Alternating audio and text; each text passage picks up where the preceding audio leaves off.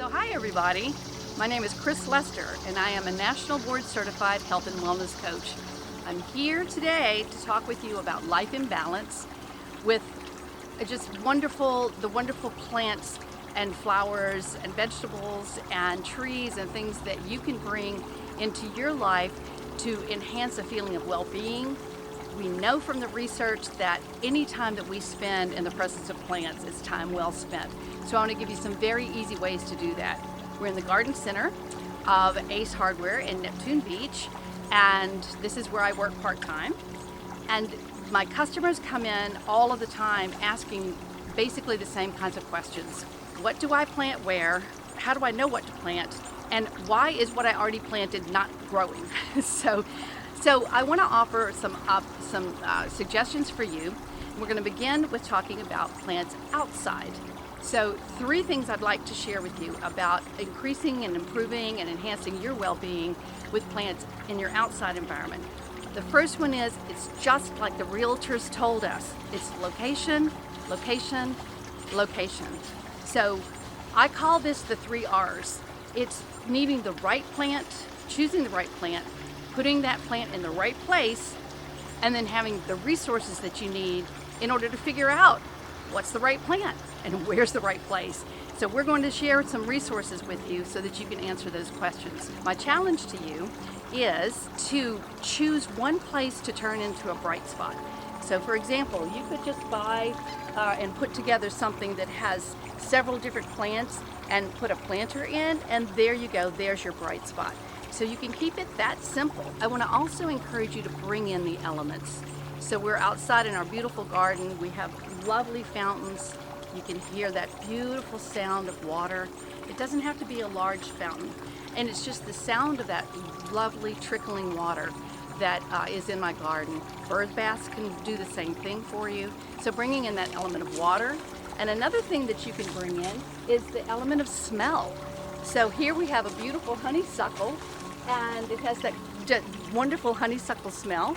You could bring in gardenia, any of the plants that bring that beautiful smell, Confederate jasmine. And then I'm going to ring the wind chime for you so that you can hear how lovely it is to bring in the element of sound through some wind chimes and some other kind of whimsical things. So have fun with your outdoor gardening.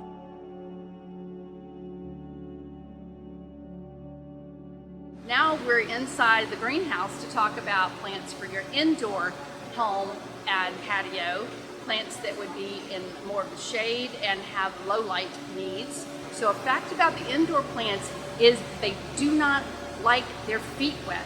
So watering is the most important thing to think about with your indoor plants. You need to make sure that whatever you have them in is well drained and that you're watering not too much and not too little. Also, your indoor plants will tell you they'll get a little droopy if they need a little bit more water.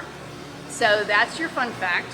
Your challenge for your indoor plant is I'd like you to choose a very simple plant that you can propagate and grow more and more and more of your indoor plants. This is a pothos, and you could choose one really wonderful mother plant. I call them the mother plant, and this one can be used to propagate plant after plant after plant. And all you do is just snap it right here at what I call the knuckle. You snap it right at the knuckle, and then this part becomes a brand new plant. So you put it either in the same pot as the mother plant, or ideally, you'll just get another pot with some soil and put this right in that pot, and you'll have a new plant in no time. And then guess what? It's going to keep growing and growing and growing, and you're going to have an amazing indoor plant. So one more idea I want to add for you with your indoor space, and for that matter your outdoor space, is think about your vertical garden. So think about plants that are on the ground, that you have on the floor, and in beautiful pots. You want to be careful to make sure that they're not, the water's not draining on your floor, especially if you have wood floors. And then think about plants that would be more at table level, and then plants that you could hang and take advantage of all that wonderful vertical space. And that's a wonderful, easy way that you can improve your environment and enhance your environment and have a lot more enjoyment with your indoor plants. So as far as watering, I'd like to offer you a little challenge. Go find yourself a cute little watering pan so that you'll remember to water your plants and you'll have a lot of fun doing that. So we're going to move from indoor gardening to another really fun surprise for you to think about as you enhance your well-being with plants. So now we've talked about your outdoor garden, we've talked about your indoor garden, and now the icing on the cake for dessert, we're going to talk about succulents. So first, the difference between a succulent and cactus. So a succulent is not going to have the spikes that poke at you. So I happen to just really love succulents, and cactus are beautiful as well, but the fun fact about them, the important fact about the succulents, is they are super easy to grow. They require very little water. You can water them as little as 1 time a week, just a little spray. And they, because they're usually in smaller containers, you can move them outside if they need more sun, or bring them inside if you want to enjoy them inside. What I want you to have fun with succulents is have fun with color. This is a portulaca. It's sometimes called a moss rose.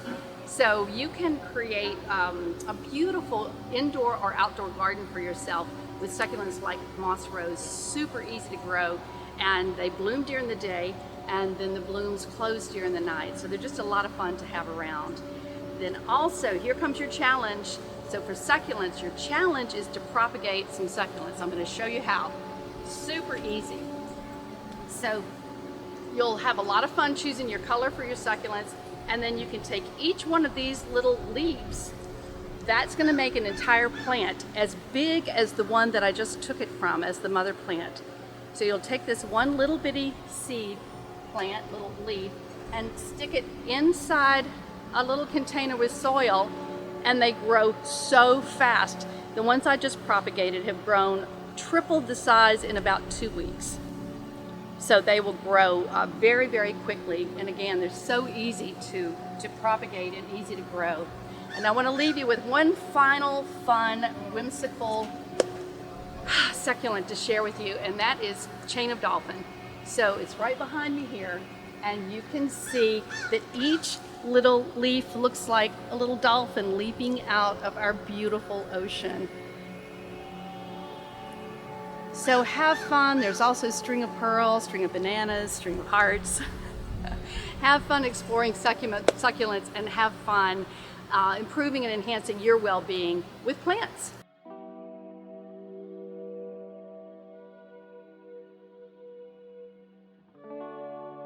One of the things that really surprised me in the year 2020 was when our beautiful beach was closed. Because I go to the beach every single day, morning for the sunrise, evening for the sunset, a little walk during the middle of the day, low tide, and that was kind of when I hit rock bottom. So I started calling around because the bookstores were closed. I love bookstores. The museums were closed. I love museums. Even the Arboretum was closed. So I called the hardware store to the garden center, and I said, "Are you open?" And they said, "Oh yes, we're considered essential. We're considered agricultural, so we are open." And this was the place I came to maintain my resilience and even build it, to maintain my sense of reality. Because in the garden center, if you water plants, they live. If you don't water plants, they die. The rules are very simple, and they make sense. And the garden center is filled with truth. And a lot of things that were happening in 2020 were very confusing. What's true, what's fact, what's real, what matters, what doesn't matter. But this was a wonderful sanctuary for me. So I'm learning so much and having so much fun. And when people come into the garden center, most of the time they come in happy. And most of the time they leave even happier. I did have one customer that was just delightful. She came in and she told me that she had been isolated for almost 12 months, and this was the first place she came, to the garden center, to buy some plants, because she had not been able to buy new plants and to really enliven her living space with the beauty of flowers and plants. So it just touched my heart. It's a beautiful place when you go to places that have plants and flowers, and also when you bring that beauty into your life.